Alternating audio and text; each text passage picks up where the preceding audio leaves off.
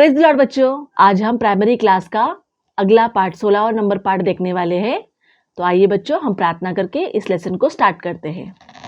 प्यारे परमेश्वर, तेरे नाम को धन्यवाद देती हूँ प्रभु महान। अभी तक तूने हमें संभाला प्रभु, तेरा अनुग्रह हम पर उंडेला प्रभु, तेरा धन्यवाद देती हूँ प्रभु महान।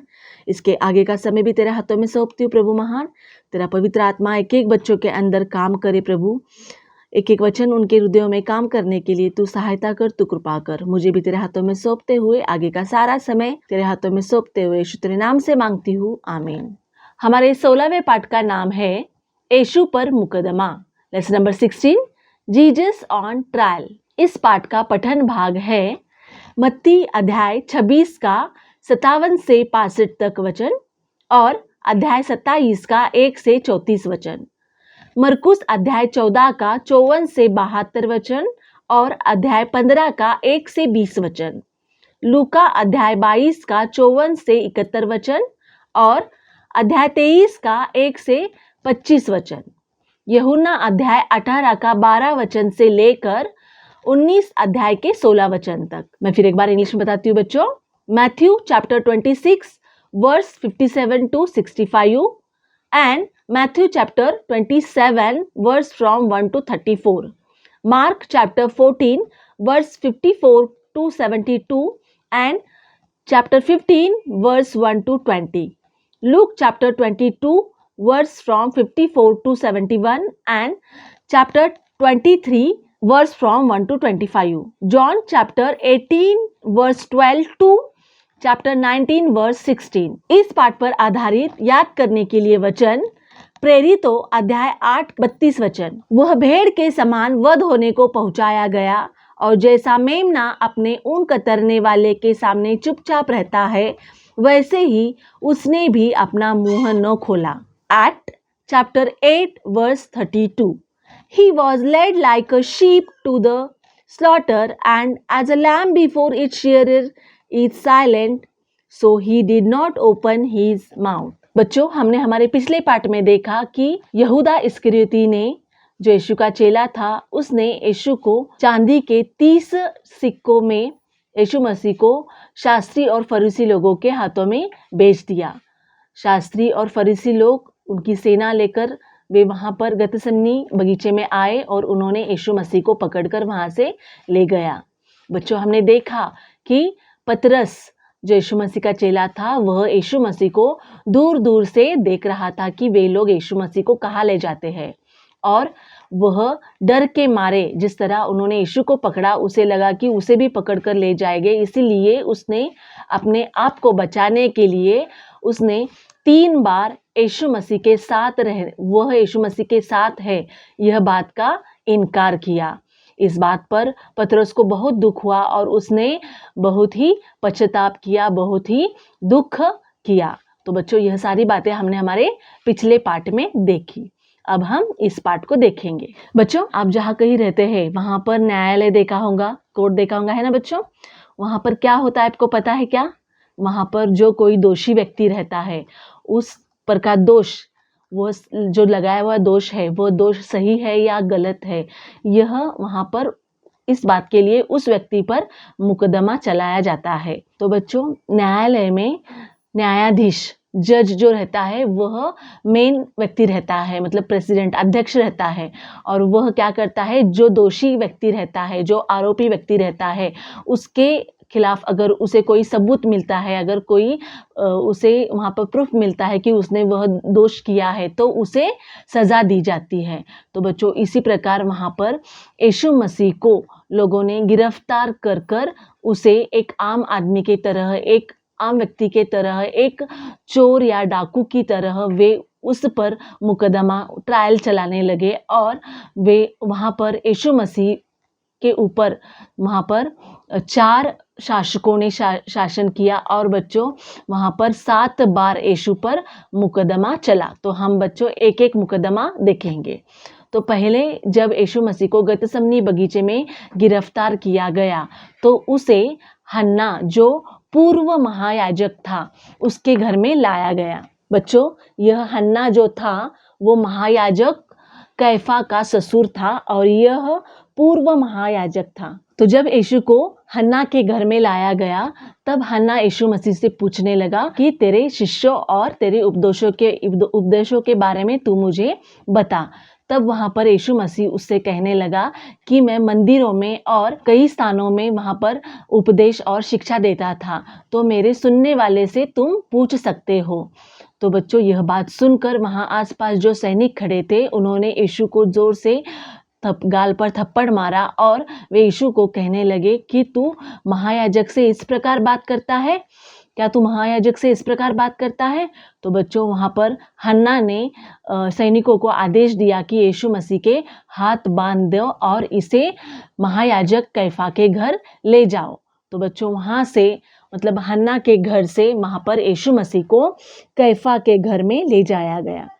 कैफा जो था वह महायाजक था। यीशु का दूसरा मुकदमा कैफा के यहाँ हुआ और कैफा उसका शासक था। वहाँ पर कैफा उससे पूछताछ करने लगा। तो बच्चों, वहाँ पर कमरे में बहुत सारे लोग मतलब शास्त्री, फरीसी, पुरनियों और बच्चों कई बुजुर्ग लोग वहाँ पर महासभा में खड़े थे और सभी लोग यह देख रहे थे कि यीशु को किस प्रकार यीशु को मृत्युदंड देने के लिए किस प्रकार सबूत इकट्ठा करे, किस प्रकार गवाह इकट्ठा करे। और कई वहाँ पर बच्चों झूठे गवाह खड़ा हो गए कि यीशु पर आरोप लगा जाए। तो बच्चों, वहाँ पर वे सभी जन आपस में एक दूसरे से बात करने लगे और यीशु को दोषी ठहराने के लिए वे वहाँ पर प्रयास करने लगे। तो वहाँ पर जो भीड़ थी, वो भीड़ में से 2 व्यक्ति थे वहाँ पर। उसमें से एक व्यक्ति वहाँ पर बोलने लगा कि इसने यह कहा था कि इस मंदिर को ढा दो, इस मंदिर को गिरा दो और वह 3 दिन में इस मंदिर को फिर से तैयार करेगा। फिर बच्चों, यीशु मसीह ने उस बात पर कुछ भी नहीं कहा और यीशु मसीह वहाँ पर चुपचाप खड़ा हो गया। फिर वहाँ पर महायाजक कैफा यीशु से पूछने लगा, क्या तू परमेश्वर का पुत्र मसीह है? तब बच्चों, यीशु मसीह महायाजक से कहने लगा, तू आप ही अपने मुंह से कह रहा है, लेकिन अब से तुम सर्वशक्तिमान के दाहिनी ओर बैठे हुए देखोगे और आकाश में से आते हुए देखोगे। तो बच्चों, इस बात पर कैफा महायाजक ने अपने वस्त्र फाड़े और वे जोर से कहने लगे कि इस मनुष्य ने परमेश्वर की निंदा की है और यह मृत्युदंड के योग्य है। अब हमें और गवाहों की क्या जरूरत है? तो तुम सब जन क्या सोचते हो? तो इसे हम मृत्युदंड दे सकते हैं। इसके उत्तर पर हम इसे मृत्युदंड को पहुंचा सकते हैं। तो इस प्रकार बच्चों, वो आपस में एक दूसरे से बातें करने लगे और बोलने लगे। लेकिन बच्चों, वहाँ पर रोमन साम्राज्य रहने से, रोमी सत्ता चलने से यहूदी अपने आप से कोई भी व्यक्ति को क्रूस की मृत्यु या फिर मृत्युदंड दे नहीं सकते थे। इसीलिए उन्होंने यीशु मसीह को कैफा के यहाँ से वे वहाँ पर पिलात जो रोमी साम्राज्य में राज्य करता था, उसके यहाँ ले जाने का उन्होंने अगले सुबह उन्होंने यीशु मसीह को पिलात के यहाँ वे लेके गए। बच्चों, यीशु के तीसरे मुकदमे के लिए उन्होंने यीशु को पिलातुस हाकिम के पास ले गए। पिलातुस हाकिम के पास ले जाने से पहले उन्होंने यीशु मसीह को मारा, उसे घूंसे मारे, उसे थप्पड़ मारे और बच्चों उसके मुंह पर थूका और उसके दाढ़ी के बाल खींचे। तो बच्चों, इस प्रकार तकलीफ देते हुए उन्होंने यीशु मसीह को वहाँ से महायाजक कैफा के घर से वे वहाँ पर पिलातुस हाकिम के पास वे उसे ले गए। महायाजक लोग जानते थे कि पिलातुस राजा जो है वह यहूदी धार्मिक कानूनों के अनुसार यीशु मसीह को वहाँ पर मृत्युदंड की सज़ा नहीं देगा। तो वह वहाँ पर सबूत ढूंढेगा, वह गवाह ढूंढेगा। तो वे बच्चों, महायाजक और जो अन्य लोग यहूदी लोग थे वहाँ पर ठहरे हुए, वो अन्य लोग यीशु मसीह पर झूठे आरोप करने लगे। तो बच्चों, इस इमेज में यहाँ पर महायाजक पिलातुस राजा के सामने, पिलातुस हाकिम के सामने वहाँ पर यीशु मसीह पर आरोप लगाने लगे। वे कहने लगे कि कैसर को कर मत दो, बल्कि उन्होंने यीशु मसीह ने लोगों को प्रोत्साहित किया और वह लोगों को यह कहकर प्रोत्साहित करता है कि वह यहूदियों का राजा है। तो बच्चों, इस प्रकार झूठे आरोप वह यीशु मसीह पर वहाँ पर लगाने लगे। यीशु मसीह ने सारी बातें सुनी, फिर भी वहाँ पर यीशु मसीह चुपचाप खड़ा रहा। तो बच्चों, यह देखकर पिलातुस राजा वहाँ पर यीशु मसीह को कहने लगा कि ये लोग तुझ पर झूठे आरोप ये लोग तुझ पर आरोप लगा रहे हैं, तो तू इस पर कुछ नहीं कहेगा क्या? यह सारी बातें सुनकर भी यीशु मसीह वहाँ पर चुपचाप खड़ा रहा। तब पिलातुस यीशु मसीह से पूछने लगा कि क्या तू यहूदियों का राजा है? तब यीशु मसीह उससे कहने लगा कि तू आप ही यह कह रहा है। तो बच्चों, वहाँ पर पिलातुस को यीशु मसीह के प्रति कोई भी गलत बात नहीं, वहाँ पर मतलब गलत बात कुछ भी नहीं लगा। यीशु मसीह वहाँ पर दोषी नहीं लगा, इसीलिए बच्चों वह वहाँ पर चुपचाप खड़ा रहा। लेकिन थोड़ी देर बाद पिलातुस को समझ में आया कि यीशु मसीह गलीली है। फिर बच्चों, वहाँ पर पिलातुस राजा ने यीशु मसीह को हेरोदेस राजा के पास भेजा, क्योंकि हेरोदेस राजा उन दिनों में वहाँ पर यरूशलेम में ही था।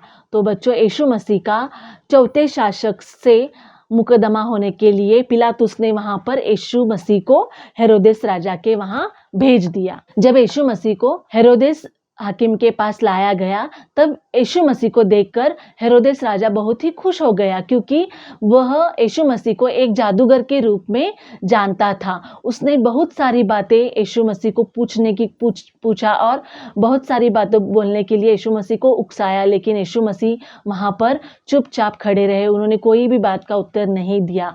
हेरोदेस चाहते थे कि यीशु मसीह वहाँ पर कुछ चमत्कार करे और कुछ बातें दिखाए, लेकिन यीशु मसीह ने वहाँ पे कुछ भी बातें नहीं की और कुछ भी वहाँ पर नहीं बोला। फिर वहाँ पर हेरोदेस राजा को यीशु मसीह में कोई भी दोष न दिखने से उन्होंने हेरोदेस राजा को फिर से पिलातुस राजा के पास भेज दिया। बच्चों, जब हेरोदेस राजा ने यीशु मसीह में कोई दोष नहीं पाया, तब हेरोदेस राजा और उसके सैनिक यीशु मसीह का मजाक उड़ाने लगे। उसके सैनिकों ने उसे थप्पड़ मारे और बच्चों, उसे एक सुंदर से वस्त्र पहनाकर उसे वहाँ से फिर से उसे पिलातुस राजा के यहाँ भेज दिया गया।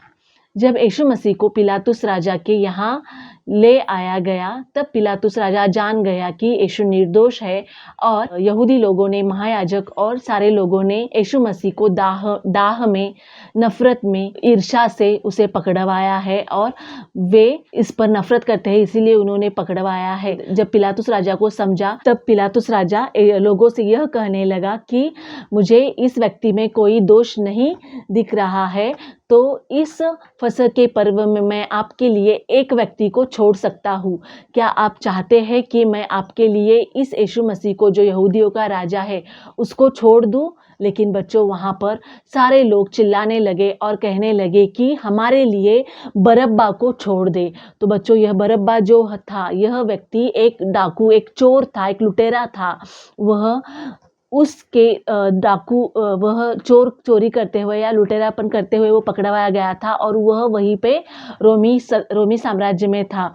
तो वहाँ पर लोग उस डाकू और चोर को मारने लगे, लेकिन यीशु मसीह को वहाँ पर क्रूस पर देने की, मृत्युदंड देने की आज्ञा और वहाँ पर मांग वह राजा से करने लगे। तो इस बात पर राजा वहाँ से निकल गया और वह अपने भवन में चला गया। इसके बाद बच्चों, फिर वहाँ पर पिलातुस राजा ने सैनिकों को आज्ञा दी कि यीशु मसीह को कोड़े मारे दो। बच्चों, वहाँ पर यीशु मसीह को चाबुक से कोड़े मारे। वो चाबुक ऐसा था बच्चों कि उसे यीशु मसीह के अंग पर मारने से वह चाबुक आते समय वह मतलब मांस लेकर आता था। तो बच्चों, इस प्रकार यीशु मसीह को 39 कोड़े बच्चों लगाए और उसके बाद यीशु मसीह के सर पर यहाँ पर कांटों का मुकुट डाला गया और यीशु मसीह को वहाँ पर उसके मुंह पर थूकने लगे और उसे मारने लगे। तो बच्चों, यहाँ पर देखो, ये सब सैनिक लोग यीशु मसीह को किस प्रकार मार रहे हैं और यीशु मसीह को वहाँ पर बैजनी रंग का वस्त्र पहनाया गया और वे उसे मारने लगे। तो बच्चों, इस प्रकार वे यीशु मसीह को दुख देने लगे और तकलीफ देने लगे। तो इसके बाद वहाँ पर राजा की पत्नी, पिलातुस राजा की पत्नी पिलातुस राजा पर आकर कहने लगी कि इस व्यक्ति जो यीशु मसीह है इसे छोड़ दे, क्योंकि यह व्यक्ति धर्मी है। तो बच्चों, यीशु मसीह के बारे में हेरोदेस की पत्नी को वहाँ पर स्वप्न के जरिए दर्शन मिला था। तो बच्चों, वह अपने पति से कहने लगी कि यीशु मसीह को छोड़ दिया जाए। यीशु मसीह को बैजनी रंग के वस्त्र और कांटों का मुकुट पहनाए हुए वहाँ पर सभा के सामने लाया गया और सारे लोगों के सामने वहाँ पर यीशु मसीह को ठहरा किया गया था। और वहाँ पर पिलातुस राजा सारे लोगों से बोल रहा था कि यीशु मसीह में मैंने कोई भी दोष नहीं पाया है, वह निर्दोष व्यक्ति है, क्या मैं उसे छोड़ दूं? लेकिन बच्चों, वहाँ पर सारे लोग जोर जोर से चिल्लाने लगे कि यीशु मसीह को क्रूस दो, क्रूस दो। और राजा वहाँ पर लोगों से पूछने लगा, क्यों, इस व्यक्ति ने क्या किया है? तो बच्चों, वे लोग और भी जोर से चिल्लाने लगे कि यीशु मसीह को क्रूस दो, क्रूस दो और उसे मृत्युदंड दो। तो इसके बाद बच्चों, फिर से पिलातुस राजा वहाँ पर यह सुनकर वह अपने महल के अंदर गया और वह सोचने लगा। तो बच्चों, जब यीशु मसीह को तीसरी बार पिलातुस राजा के सामने लाया गया, तब पिलातुस राजा ने उसमें कोई भी दोष नहीं पाया और उसने पानी लिया और अपने हाथ धोए और वे बड़ी भीड़ से कहने लगे कि इस धर्मी व्यक्ति के लहू का दोष मुझ पर ना रहे। इसीलिए उसने बच्चों पानी से अपने हाथ धोए और लोगों से कहने लगा कि इसके लहू का दोषी मैं नहीं हूँ, तुम आप ही इसका दोष जानो। तब बच्चों, लोग वहाँ पर चिल्लाकर कहने लगे कि इसके लहू का दोष मुझ पर और हमारी संतानों पर, हमारी आने वाली नस्लों पर इसका लहू का दोष हो। तो बच्चों, इस प्रकार वहाँ पर भीड़ चिल्लाकर यीशु मसीह को क्रूस देने के लिए, मृत्युदंड देने के लिए सभी लोग वहाँ पर पुकारने लगे और बोलने लगे। तो बच्चों, लोगों की यह बात सुनकर अंत में पिलातुस राजा को यीशु मसीह को उनके हाथों में सौंप देना पड़ा। तो पिलातुस ने वहाँ पर यीशु मसीह को फिर से कोड़े लगाकर वहाँ पर मारकर वहाँ पर क्रूस के मृत्युदंड के लिए यीशु मसीह को लोगों के हाथों में सौंप दिया। तो बच्चों, इस प्रकार पांचवी बार जब पिलातुस राजा के सामने यीशु मसीह को वहाँ पर ले आया गया, तब पिलातुस राजा के पास ही वहाँ पर 3 बार यीशु का मुकदमा चला। पहले बार बरब्बास और यीशु का वहाँ पर आमना सामना होकर वहाँ पर बरब्बास को लोगों ने मांगा, लेकिन यीशु को क्रूस पर देने के लिए कहा।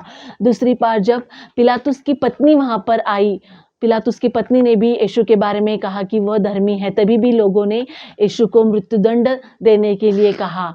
और तीसरी बार पिलातुस राजा ने खुद से कहा कि यह धर्मी व्यक्ति है और इसका दोष अब मुझ पर नहीं है।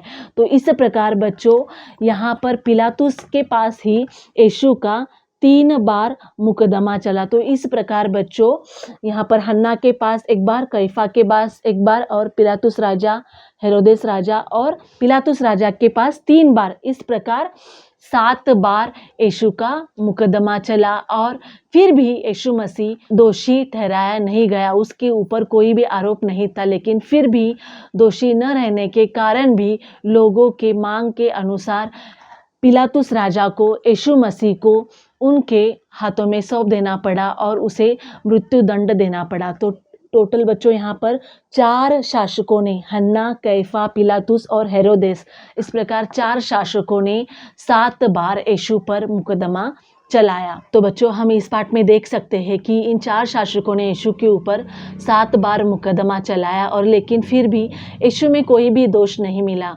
तो बच्चों, हम जिस प्रकार देखते हैं कि कोर्ट में एक जज को अगर कोई भी सबूत नहीं मिलता है तो उसे वो निर्दोष जाहिर करता है, लेकिन यहाँ पर पिलातुस को लोगों के मांग के अनुसार यीशु मसीह को उनके लिए देना पड़ा। तो बच्चों, यीशु मसीह खुद निर्दोष रहते हुए उसने मेरे लिए और तुम्हारे लिए बच्चों, उसने हर प्रकार के जो दुख दर्द है वो दुख दर्द सहा, यीशु के ऊपर थूका गया, उसके ऊपर कांटों का मुकुट पहनाया गया और उसे मारा गया, उसके गालों के ऊपर उसे थप्पड़ मारे गए और बच्चों उसके दाढ़ी के बाल खींचे गए, उसके ऊपर 39 कोड़े लगाए गए। और 39 कोड़े इस प्रकार थे बच्चे कि वह मांस जब वो यीशु के ऊपर लगते थे, किसी भी इंसान पर वो कोड़े जब लगते थे तो वो कोड़े जब चाबुक निकलता था तो वह चाबुक निकलते समय बच्चों मांस और खून लेकर निकलता था। तो बच्चों, इस प्रकार दुख दर्द मेरे यीशु ने और मेरे लिए और आपके लिए बच्चों सहा। तो इस प्रकार यीशु मसीह ने हमारे लिए दुख दर्द सहा, क्योंकि बच्चों वो हमारे लिए, हमारे पापों के लिए उसने उस मृत्यु को, वह क्रूस की मृत्यु को सहा बच्चों, हमें उद्धार देने के लिए, हमें पवित्र ठहराने के लिए, हमें हमारे पापों से छुटकारा देने के लिए। केवल इसी कारण के लिए बच्चों यीशु मसीह स्वर्ग से शरीर उद्धारण करके आया और उसने हमारे पापों को अपने ऊपर लिया, और बच्चों वो हमारे लिए पापी गिना गया। तो बच्चों वह हमसे प्रेम करता है, इसीलिए बच्चों चुपचाप, कोई भी आरोप न रहते हुए, कोई भी दोष न रहते हुए, उसने हमसे प्रेम करते हुए हमारे पापों को अपने ऊपर लिया। तो बच्चों हमें यीशु मसीह पर विश्वास करना चाहिए और हमें यीशु मसीह को उद्धारकर्ता बोल के हमारे जीवन में कबूल करना चाहिए, और इसी विश्वास के जीवन में हमें चलना चाहिए। तो यह बात बच्चों हम इस पाठ से सीख सकते हैं। और भी बच्चों हम देख सकते हैं कि यीशु मसीह के ऊपर सभी लोगों ने, सभी राजा, सभी महायाजक ने, सभी यहूदी लोगों ने उस पर आरोप लगाया और उसे मारा, उस पर थूका, उसे कांटों का मुकुट पहनाया और उस पर मारने लगे। तो यह सभी बातें बच्चों यीशु मसीह वहाँ पर चुपचाप सहन करता रहा, और सभी बातें सहन करते हुए उसने वहाँ पर एक भी शब्द उलट वार नहीं किया। तो बच्चों हमें भी सुसमाचार के लिए इस प्रकार कई दुख आ सकते हैं, हमें कई लोग निंदा कर सकते हैं, बदनामी कर सकते हैं, हमें भी इस प्रकार मार सहन करना पड़ सकता है बच्चों। तो हमें हमारे जीवन में इस प्रकार की बातें सहन करने से पीछे हटना नहीं चाहिए। जिस प्रकार मेरे यीशु को इस दुनिया में मिला, तो बच्चों उसी प्रकार हमें भी इस दुनिया में मिल सकता है। तो बच्चों हमें यह सारी बातें सहन करने के लिए यीशु मसीह से सहायता मांगनी चाहिए, उससे प्रार्थना करनी चाहिए। जिस प्रकार यीशु मसीह को पकड़वाने से पहले यीशु मसीह ने प्रार्थना की और यीशु मसीह को शक्ति वहाँ पर मिली, यह सब दुख सहने की शक्ति मिली। तो बच्चों उसी प्रकार हमें भी जब हम प्रार्थना करेंगे तो हमें भी इस प्रकार दुख सहन करने की सहन शक्ति मिलेगी। तो बच्चों इस प्रकार यह सारी बातें हम इस पाठ से सीख सकते हैं। तो मैं विश्वास करती हूँ बच्चों यह पाठ आपको अच्छे से समझ में आया होगा। तो हमारा ये पाठ यहीं पे समाप्त होता है। आपको इस लेसन पर आधारित एक एक्टिविटी करना है। आपको इस प्रकार बैजनी रंग का वस्त्र और कोड़े और कांटों का मुकुट, इस प्रकार एक चाबुक और कांटों का मुकुट इस प्रकार बनाना है। और इस एक्टिविटी में आपको लिखना है, मेरे लिए यीशु का उपहास किया गया, उसे कोड़े मारे गए और उसे कांटों का मुकुट पहनाया गया। तो बच्चों आइए इस लेसन को हम प्रार्थना कर कर समाप्त करेंगे। धन्यवाद हो प्रभु, इस पाठ के जरिए प्रभु तूने मुझसे और बच्चों से बातें किया, तेरा धन्यवाद देती हूँ प्रभु। महान प्रभु, एक एक बच्चों के अंदर यही प्रकाशन होने के लिए तू सहायता कर, कृपा कर प्रभु। हमारे पापों को तूने अपने ऊपर लिया और हमें पवित्र किया, तेरा धन्यवाद देती हूँ प्रभु। महान प्रभु, यह गहरा अध्ययन प्रभु बच्चों को समझने के लिए तू सहायता कर, कृपा कर प्रभु। यीशु तेरे नाम से मांगती हूँ, आमीन।